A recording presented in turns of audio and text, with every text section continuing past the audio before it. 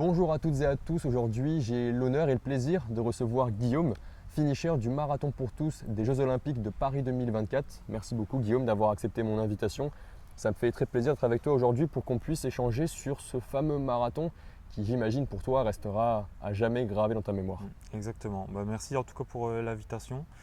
Et ça me fait plaisir d'être ici aujourd'hui pour parler de ce marathon qui est une expérience unique, donc avec grand plaisir. Eh bien pour commencer, est-ce que tu peux te présenter en quelques mots? Ouais, alors moi je suis coach sportif, j'interviens dans les entreprises principalement, aussi chez les particuliers et j'ai une grosse partie sur le coaching en ligne, principalement sur la course à pied. Félicitations pour cette course. Ça fait quoi d'être marathonien olympique et d'avoir fait les Jeux Olympiques? Alors beaucoup de chance d'avoir eu ce dossard, je l'ai eu par le biais de challenge et tout ça, mais beaucoup de chance d'avoir pu participer à ce marathon et beaucoup de fierté parce que je pense qu'on n'aura qu'une seule expérience dans notre vie pour les Jeux Olympiques et d'avoir couru ce marathon, c'est quelque chose de fort et de beau dans une vie. Tu as parlé des dossards. Ouais. Ils étaient quand même assez difficiles à obtenir. Exactement. Comment toi tu as réussi à l'avoir, ce précieux sésame? Alors il y avait beaucoup de challenges sur les applications. Je ne sais plus si c'était M Marathon pour tous ou quelque chose comme ça. Et avant d'être ici, je suis originaire du Nord, mais j'ai vécu 6 mois à Bordeaux. Et j'ai fait une connaissance là-bas qui créait en fait une équipe de 5 ou 6 personnes. C'était sous la forme d'un marathon en relais. Donc il y avait des personnes qui couraient 5, 7,5 et 10 km. On a fait une équipe. Ça s'était créé par la Team Orange Running. Ok. Et on devait arriver dans les 100 premières équipes, quelque chose comme ça. Puis on a fait un bon classement et du coup on a gagné chacun notre dossard. Et pour toi c'était important d'être sur la ligne de départ d'un tel événement? Ouais, j'ai fait donc pas mal de challenges juste avant ça, mais je l'ai eu assez rapidement avec cet événement. Mais c'était important pour moi parce que ça fait 8 ans que je cours. J'ai fait 3 marathons, plus celui-ci, c'était le 4e. Et franchement, c'était une expérience, comme je le dis, inoubliable. Et du coup, le fait d'avoir eu ce dossard-là pour une expérience unique dans notre vie, c'était important pour moi de le décrocher. Ouais. Et la médaille justement que tu as eue, c'est le fruit de nombreux sacrifices, d'une grosse préparation. Comment toi elle s'est passée cette préparation? Pas forcément compliqué cette préparation, parce qu'en fait, il faut que je parle d'un événement lors de cette interview. Si tu veux, je ne l'ai pas fait pour la performance. Okay. Je ne l'ai pas fait pour la performance parce que à la base, je ne devais pas faire cette course. Je devais travailler dans la France parce que je suis aussi animateur sportif. Okay. Et je faisais le tour des plages et en fait, il y a un événement qui a chamboulé un peu tout ça, c'est le décès de mon père. Et donc mon père est décédé le 26 juillet, donc j'avais ce dossard et je me suis dit en fait que la meilleure façon pour moi de lui rendre hommage, c'était de courir ce marathon. Donc c'est pour ça que c'est un peu symbolique pour moi. Et du coup, le fait d'avoir eu ce dossard et d'avoir couru ce marathon, c'était pour moi la meilleure des manières de lui rendre hommage et d'avoir décroché cette médaille. C'est vraiment un symbole pour moi. Ouais, c'est un très beau symbole et justement c'est lui qui t'accompagne un peu dans les moments difficiles lors de tes courses. Ouais, exactement. Là, depuis cet événement-là, c'est vrai que j'ai beaucoup pensé à lui pendant la course. Et encore aujourd'hui, mais ouais, ça m'a donné une vraie force pour ce marathon. Et du coup, pour revenir à ta question de base, j'ai pas forcément prévu de préparation. Okay. J'ai pas fait de préparation. Le but pour moi, c'était vraiment de lui rendre hommage et de faire cette course de la meilleure des manières possibles, de profiter de l'événement, qu'il soit avec moi de A à Z. Et j'ai pas visé vraiment la performance dessus. Et on parlait justement des moments difficiles pendant ce marathon. Je pense notamment à la côte du pavé des Gardes. Comment est-ce que toi tu l'as ressenti cette côte? Comment est-ce que tu l'as appréhendée? Alors justement, tout est question de préparation, même si j'ai pas fait de préparation vraiment physique sur cet événement-là. Je me suis beaucoup préparé mentalement et le fait de savoir un petit peu les difficultés où elles étaient sur le parcours, ça m'a beaucoup aidé.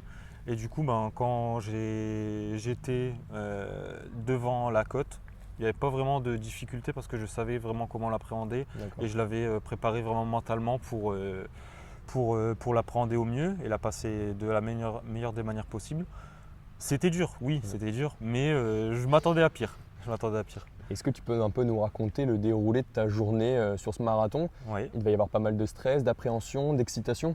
Ouais, beaucoup d'excitation parce que on en parlait beaucoup à la télé, beaucoup sur les médias, tout ça. Donc ça va, j'ai eu la chance qu'il y ait un ami qui m'a hébergé la veille, donc on a pu aller chercher le dossard tranquillement. Euh, le jour J, on a fait tout ce qui est préparation un petit peu, donc le dossard, les tenues, et puis il fallait prendre en compte aussi, c'est qu'on n'a pas l'habitude de courir au soir. Comme Ok. le départ il était à 21h ou 21h30, quelque chose comme ça. Il fallait donc manger un petit peu, se reposer, pas beaucoup piétiner. Surtout à Paris, c'est compliqué quand il y a beaucoup de transports en commun. Donc on n'a pas beaucoup marché. On s'est vraiment posé. On a pris, j'étais avec deux amis, il y en a un qui faisait le marathon aussi, avec qui j'ai couru la course, et un autre ami qui était sur le 10 km.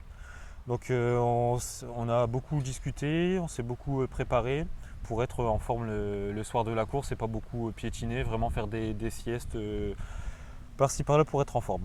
Et tu l'as dit, le marathon était de nuit. Ouais. Comment est-ce que toi tu l'as ressenti de nuit? C'est particulier quand même, non? C'est particulier, ouais, mais après encore une fois, comme j'avais pas vraiment de pression sur les épaules niveau chrono, ça a été, je l'ai bien pris. Comme j'ai dit, on a fait des siestes la journée pour être vraiment en forme, pour avoir le plus d'énergie possible. Et ça m'a pas vraiment posé de problème. Après, c'était vraiment quelque chose d'incroyable parce que Paris la nuit, avec les illuminations, les lumières, c'était vraiment beau tout au long du parcours. Et franchement, ça m'a pas dérangé plus que ça le fait que ce soit au soir. Et puis en plus de ça, je me suis préparé aussi psychologiquement, mentalement. Et je savais que voilà, même pendant mes préparations, j'ai fait quelques courses, 3-4 runs le soir, histoire de m'acclimater un petit peu de tout ça. Ok. Et justement, tu as parlé de cette beauté de la course, Ouais. avec aussi les nombreux coureurs, coureuses qui galvanisent, mais Ouais. aussi les nombreux et nombreuses supportrices, supporters sur le long de la route. Ouais. Comment est-ce que tu as ressenti cette ambiance? Est-ce qu'elle était vraiment particulière par rapport à d'autres courses, d'autres marathons? Ouais, vraiment c'était magique parce que sur une course entre guillemets traditionnelle, il y a du monde un peu partout, mais ça va encore. Mais là c'était vraiment, en plus l'événement était de nuit, donc on s'est dit il y a certains moments où ça va être compliqué, il va y avoir personne, mais non, que ce soit du début à la fin, il y avait du monde.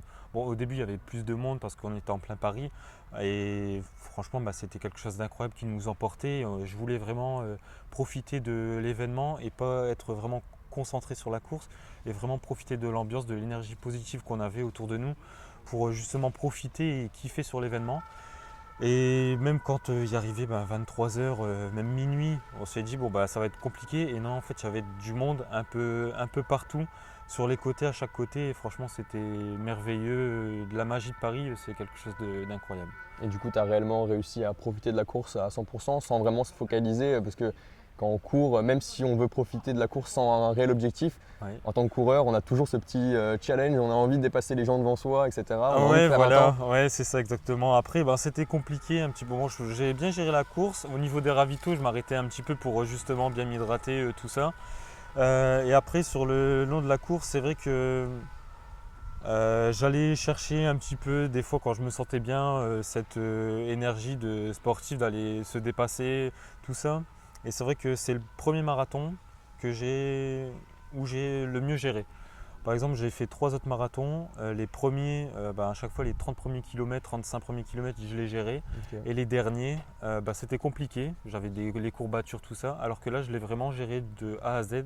Et le fait que je pensais beaucoup à mon père, du coup, ça m'a apporté vraiment une force supplémentaire.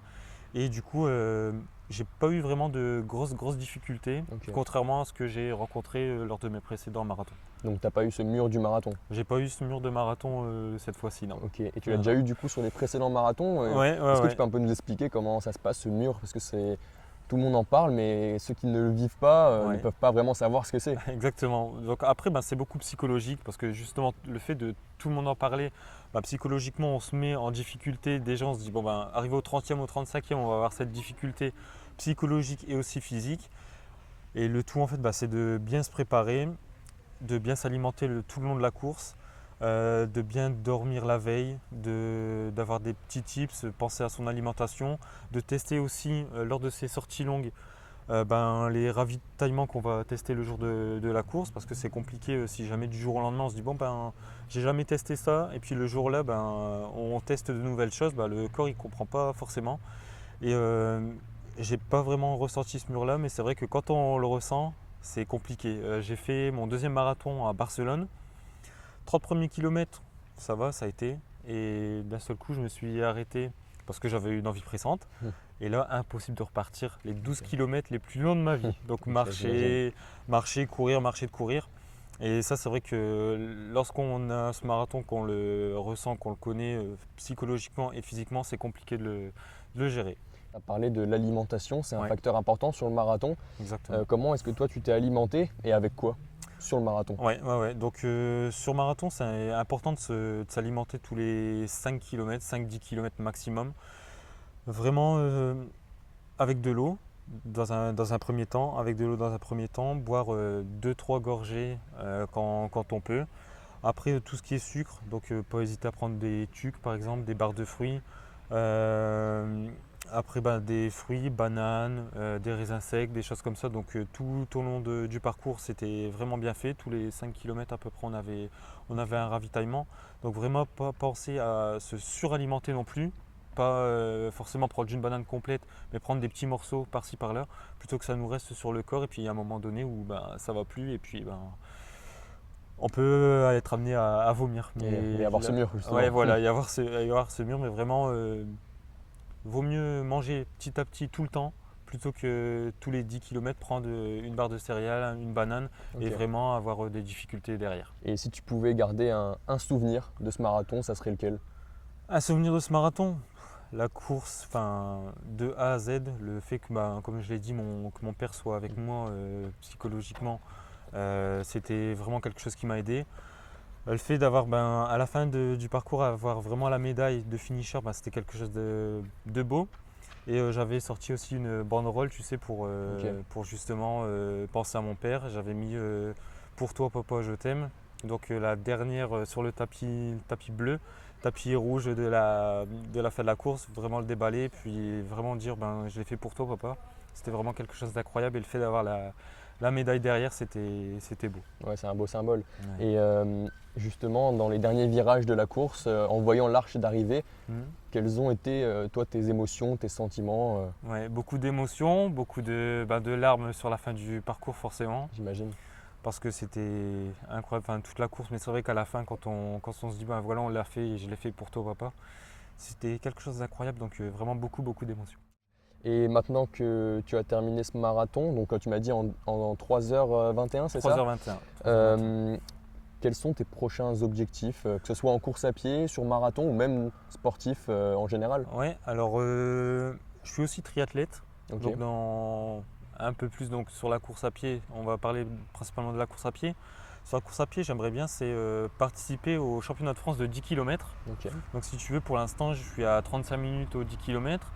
Mais pour aller se qualifier, il faut faire moins de 34 minutes 15. Ok. Donc il y a encore limite une minute à aller chercher, mais c'est très compliqué à ce niveau-là, entre guillemets.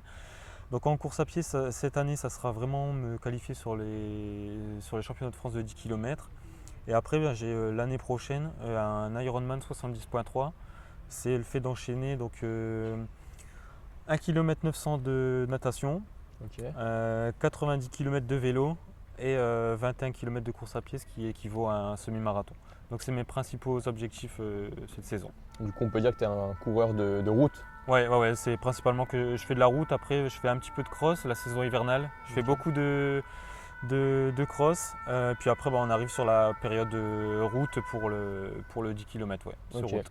Et du coup, le trail, toi, ça t'a jamais tenté? J'en fais quelques-uns pour prendre du plaisir en fin de saison, histoire de vraiment relâcher et découvrir autre chose que la course. J'en ai fait principalement, là c'est la fin de saison dernière.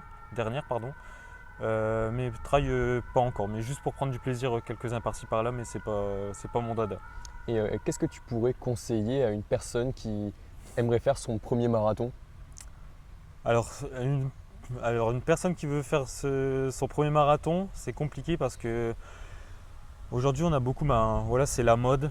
Tout le monde veut dire je vais faire mon premier marathon, C'est compliqué, il faut vraiment prendre le temps. de commencer par 5 km, 10 km, semi-marathon, mettre vraiment des étapes, prendre plusieurs mois d'entraînement parce que c'est vraiment éprouvant. Donc la préparation elle est longue, il faut vraiment prendre le temps, éviter les blessures, regarder un petit peu comment s'alimenter, trouver les choses qui nous correspondent à nous-mêmes. Courir un marathon, c'est pas rien, c'est 42 km. Tout le monde peut le faire, oui et non. Principalement, moi, ce que je dis, c'est vraiment la préparation, pas le prendre à la légère. Parce que souvent, 42 km, c'est traumatisant, que ce soit psychologiquement et aussi pour les articulations. Le but, c'est de le terminer dans un bon état, pas se prendre le mur. On en a parlé, pas se prendre le mur dans un premier temps. Finir dans un bon état et pas mettre trop de temps à récupérer derrière. Ok. Parce que c'est éprouvant, les articulations elles prennent cher. Le but c'est pas de reprendre tout de suite après, c'est de laisser du temps, mais vraiment c'est de bien le terminer, de ne pas finir dans un sale état et de revenir le plus vite possible entre guillemets. Pas forcément mettre de la vitesse, tout ça derrière, mais vraiment éviter de tout ce qui est courbature, des blessures, mettre des mois à revenir parce que on a trop forcé, l'organisme il n'a pas très bien compris. Vraiment prendre le temps et prendre le temps de prendre une préparation au sérieux pour un marathon. Merci beaucoup d'avoir répondu à mes questions. Je te souhaite bon courage pour la suite de tes aventures sportives et puis à bientôt. Ouais, merci beaucoup et merci pour l'interview, c'était un agréable moment. Super, merci.